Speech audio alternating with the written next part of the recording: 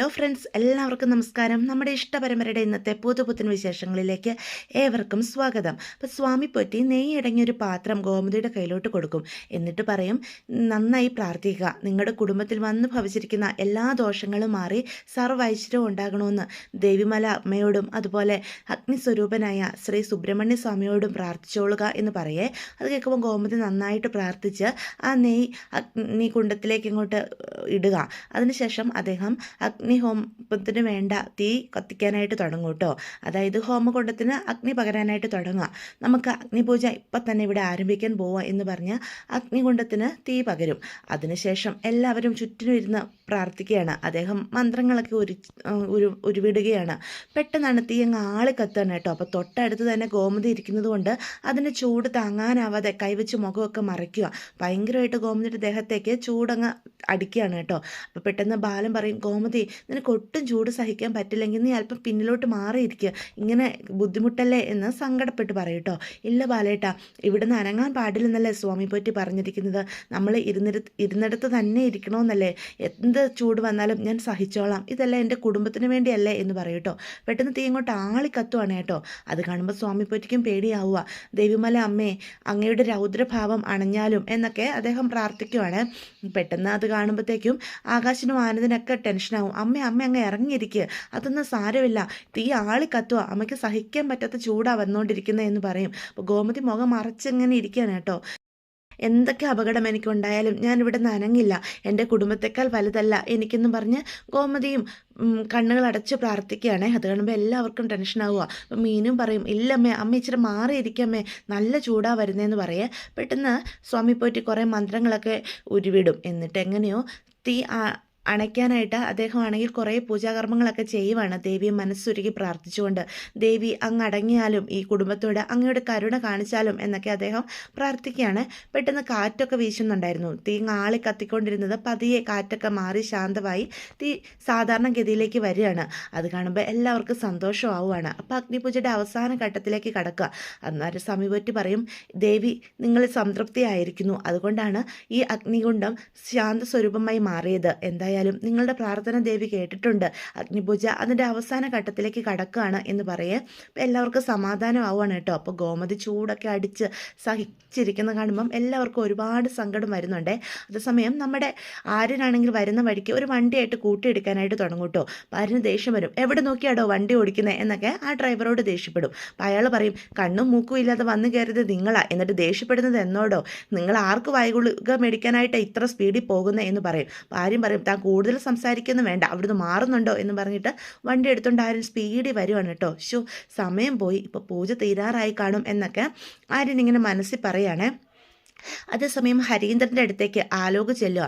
എടോ, എന്തായി കാര്യങ്ങളൊക്കെ, നമുക്ക് എന്തെങ്കിലും ചെയ്യാൻ പറ്റിയ അവസരം വന്നോ എന്ന് പറയും. അപ്പോൾ ഹരീന്ദ്രൻ പറയും, പൂജ അതിൻ്റെ അവസാന ഘട്ടത്തിലേക്ക് കടക്കുകയാണ്, ഇനി മെയിനായിട്ട് പൂജ ചെയ്യുന്ന ആൾ ആ ഹോമകുണ്ഡത്തിന് ചുറ്റും പ്രദക്ഷിണം വെക്കണം. ആഹാ, അതായത് അപ്പച്ചി മാത്രം വെച്ചാൽ മതിയാകുമോ എന്ന് ആലോക് ചോദിക്കും. അതെ, ഇപ്പോൾ ഗോമതി ആ ചേച്ചിയാണല്ലോ പൂജാവിധികൾ ചെയ്യുന്നത്, അതുകൊണ്ട് തന്നെ അവർ മാത്രം ഹോമകുണ്ഡത്തിന് ചുറ്റും 3 തവണ പ്രദക്ഷിണം വെക്കണം എന്ന് പറയും.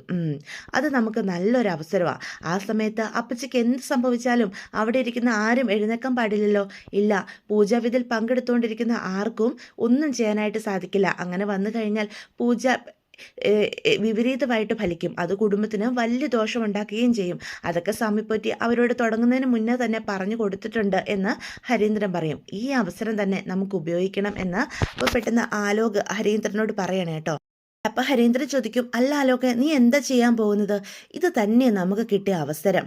ആ ബാലൻ്റെയും ബാലൻ്റെ മക്കളുടെയും മരുമക്കളുടെയും മുന്നിൽ ബാലൻ്റെ പ്രിയപ്പെട്ട ഗോമതി ഹോമകുണ്ഡത്തിലേക്ക് വീണ് വെണ്ണീറാവാൻ പോവാ, വെന്ത്.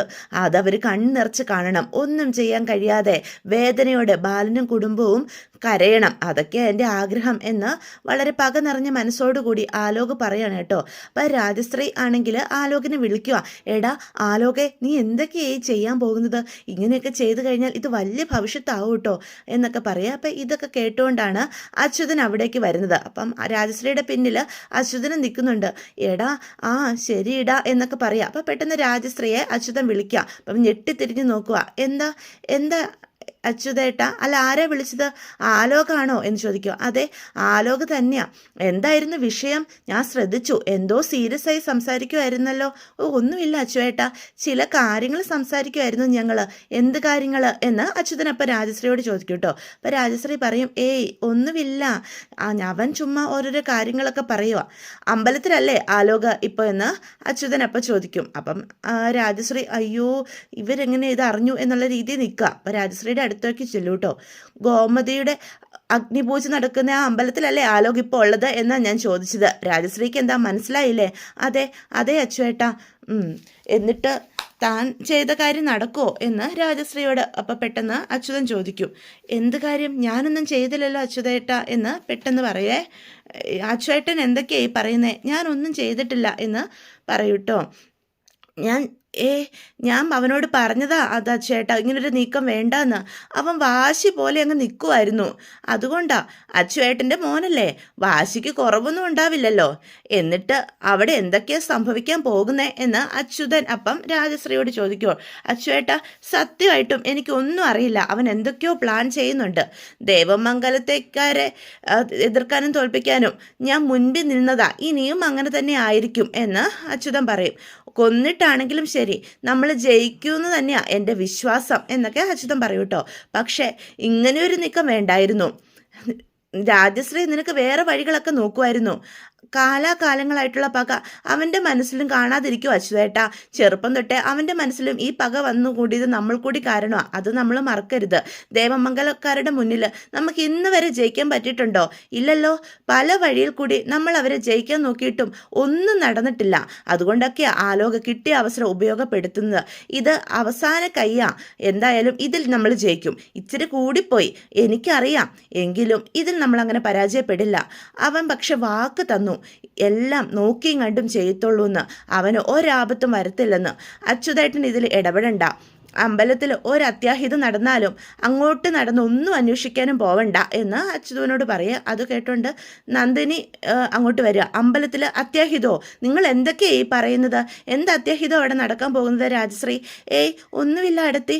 അന്നൊരു അമ്പലത്തിൽ വെടിക്കെട്ടിൽ അപകടം സംഭവിച്ച കാര്യത്തെപ്പറ്റിയാണ് ഞാൻ പറഞ്ഞത്.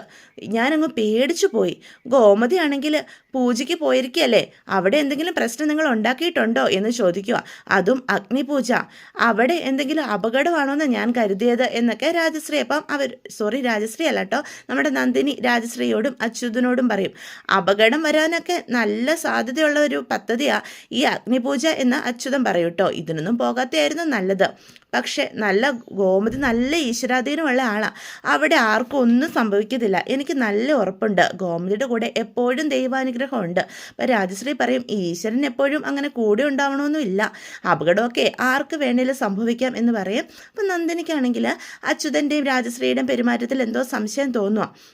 അതേസമയം പൂജ നടക്കുന്നിടത്ത് പൂജയുടെ അവസാന ഘട്ടത്തിലേക്ക് കടക്കുകയാണ്. അപ്പം പോറ്റി പറയും, ഇനി ഗോമതി മാത്രം എഴുന്നേക്കൂ എന്ന് പറയാം. അപ്പം പെട്ടെന്ന് ഗോമതി, ശരി സ്വാമി പോറ്റി, ഞാൻ എഴുന്നേക്കാം എന്ന് പറഞ്ഞ് എഴുന്നേക്കുക. ഞാനൊരു മന്ത്രം താങ്കൾക്ക് പറഞ്ഞു തരും. അത് ചൊല്ലിക്കൊണ്ട് ഹോമകുണ്ടത്തിന് 3 തവണ പ്രദക്ഷിണം ചെയ്യണം കേട്ടോ എന്ന് പറയാണ്.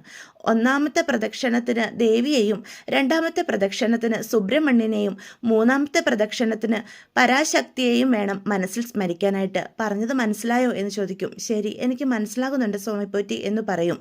3 പ്രദക്ഷിണവും പൂർത്തിയാകുമ്പം അഗ്നിപൂജയുടെ ഫലം അടയാളങ്ങളുടെ രൂപത്തിൽ ദേവി കാട്ടിത്തരും. അങ്ങനെയാണ് കാലാകാലങ്ങളായിട്ട് ഞാൻ കണ്ടിട്ടുള്ളത്. എന്തൊക്കെ സംഭവിച്ചാലും ഒരു കാരണവശാലും പ്രദക്ഷിണം മുടക്കാൻ പാടില്ല. ഒരുപാട് തടസ്സങ്ങൾ ഉണ്ടാവും, പക്ഷേ അതൊക്കെ സഹിക്കണം.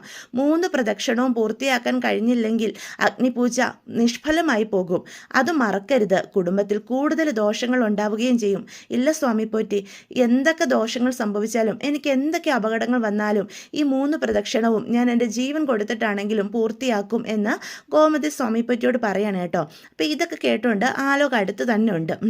അപ്പച്ചി ഈ പ്രദക്ഷിണം പൂർത്തിയാക്കും. ഇത് നിങ്ങളുടെ അവസാനത്തെ പ്രദക്ഷിണം തന്നെയായിരിക്കും.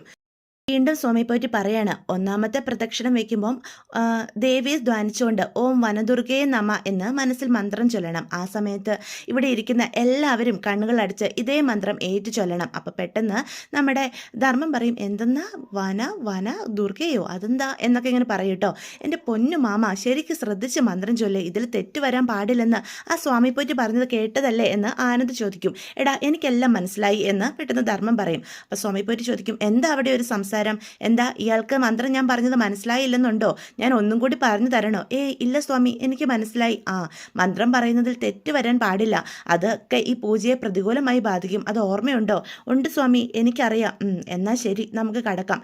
രണ്ടാമത്തെ പ്രദക്ഷിണം ചെയ്യുമ്പോൾ സുബ്രഹ്മണ്യനെ ധ്യാനിച്ച് ഓം വനസ്പുവേ നമ എന്ന് പ്രാർത്ഥിക്കണം. മൂന്നാമത്തെ പ്രദക്ഷിണ സമയത്ത് ആദിപരാശക്തിയെ മനസ്സിൽ ധ്യാനിച്ച് ഓം ആദിപരാശക്തി നമഃ എന്ന് മനസ്സിൽ ധ്യാനിക്കണം എന്ന് പറഞ്ഞു കൊടുക്കുകയാണ്. ശരി ഞാൻ അങ്ങനെ തന്നെ ചെയ്തോളാം, ഇതോടുകൂടി പ്രദക്ഷിണം പൂർത്തിയാകും. ശരി എന്ന് പറയാണ്. അപ്പം ഇതെല്ലാം കേൾക്കുമ്പോൾ എല്ലാവർക്കും ഒരു പേടിയൊക്കെ പോലെ തോന്നുവാണ് കേട്ടോ. ആരും എഴുന്നേക്കാൻ പാടില്ല എന്നൊക്കെ. ഗോമതിക്ക് എന്തെങ്കിലും സംശയമുണ്ടോ? ഉണ്ടെങ്കിൽ ചോദിക്കാം എന്ന് സ്വാമി പോറ്റി പറയും. ഹോമകുണ്ടത്തിന് പ്രദക്ഷിണം വെച്ച് തുടങ്ങിയാൽ പിന്നെ നിൽക്കാനോ സംശയം ചോദിക്കാനോ ഒന്നും പാടില്ല. ഇല്ല സംശയമൊന്നുമില്ല എന്ന് ഗോമതി പറയും. ഒന്നാമത്തെ പ്രദക്ഷിണം പൂർത്തിയായി കഴിയുമ്പം കൂടത്തിൽ ശേഖരിച്ചു വെച്ചിരിക്കുന്ന ഈ വെള്ളം ദേവിക്ക് ധാരയായി എന്നിട്ട് സ്വാമി പോയിട്ട് പറയും, ക്ഷേത്രത്തിലേക്കും ഈ കുടത്തിലെ ജലം നൽകണം, അത് നൽകേണ്ടത് കുടുംബനാഥനാണ് എന്ന് ബാലനോട് പറയും. സ്വാമി പോറ്റി ഞാൻ ചെയ്തോളാം എന്ന് ബാലൻ അപ്പോൾ വാക്ക് കൊടുക്കുവാണേ. അപ്പം 2ഉം 3ഉം പ്രദക്ഷിണം നടക്കുമ്പം ഇതേ സമയം ദേവിക്ക് ധാരയും നടക്കും, അതിനു വേണ്ടിയിട്ടാണ് അങ്ങനെ ചെയ്യുന്നതെന്ന് പറയും. ശരി ഞങ്ങൾ അങ്ങനെ തന്നെ ചെയ്തോളാം. സമയം ആലോക് കുറച്ച് പശയും അതുപോലെ തന്നെ ആണിയും കൂടി ഹരീന്ദ്രൻ്റെ കയ്യിലോട്ട് കൊടുക്കുക. ഈ പശ തേച്ച ഭാഗം അടിയിൽ ഒട്ടി നിൽക്കുന്ന പോലെ വേണം ആണി കൊണ്ടിടാൻ. അതായത് അപ്പച്ചിയുടെ കാലിൽ ആണി തറച്ച് കയറണം. ആ വേദനയിൽ അഗ്നികുണ്ഡത്തിലേക്ക് തലയിടിച്ച് വേണം അപ്പച്ചി വീഴാൻ. നിങ്ങൾക്ക് ഞാൻ പറഞ്ഞത് മനസ്സിലായോ അങ്കിളെ എന്ന് ചോദിക്കും. അതൊക്കെ മനസ്സിലായി, ഇതൊക്കെ നടക്കുമോ? അവിടെയുള്ള ആരെങ്കിലൊക്കെ എന്നെ കാണില്ലേ? ഇല്ല, ഇപ്പം എല്ലാവരും മന്ത്രങ്ങൾ ചൊല്ലുന്ന തിരക്കിലാണ്. അവിടെ ആ സ്വാമി പോറ്റി പറഞ്ഞത് കേട്ടില്ലേ, അപ്പച്ചിയും മന്ത്രങ്ങൾ കണ്ണുകൾ അടിച്ച് ചൊല്ലുമായിരിക്കും. അപ്പോൾ ഒരിക്കലും ഒരു ശ്രദ്ധ നിലത്തേക്ക് കൊടുക്കില്ല. നിങ്ങൾ ആരുടെയും ശ്രദ്ധയിൽപ്പെടാതെ അത് അവിടെ കൊണ്ടിരുന്ന് ഇട്ടാൽ മതി. ബാക്കി കാര്യങ്ങളൊക്കെ നമ്മൾ വിചാരിച്ച പോലെ തന്നെ നടക്കും. പിന്നെ അവിടെ സഹായത്തിനിരിക്കുന്ന ആ പോറ്റിയുടെ ശ്രദ്ധയൊന്ന് മാറ്റണം. അയാളോട് എന്തെങ്കിലുമൊക്കെ പോയി നിങ്ങൾ സംസാരിക്കുക. ആ ഗ്യാപ്പ് വേണം ഞാൻ പറഞ്ഞ കാര്യങ്ങളൊക്കെ ചെയ്യാൻ.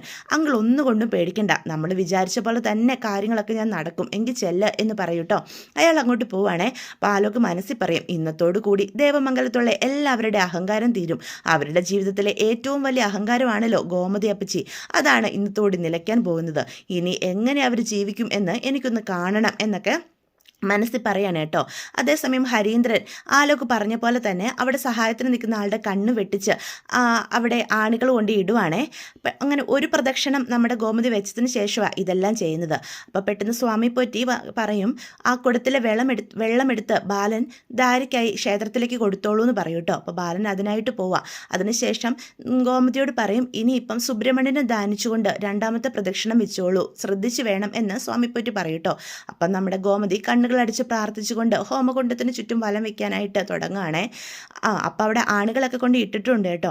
അതോടുകൂടി ഇന്നത്തെ എപ്പിസോഡ് അവസാനിക്കുകയാണ്. ഇതൊക്കെയാണ് ഇന്നത്തെ വിശേഷങ്ങൾ. വീഡിയോ ഇഷ്ടപ്പെട്ടുവെങ്കിൽ ചാനൽ സബ്സ്ക്രൈബ് ചെയ്യാനും ലൈക്ക് ചെയ്യാനും മറക്കരുത്. അപ്പോൾ എല്ലാവർക്കും ഗുഡ് ബൈ.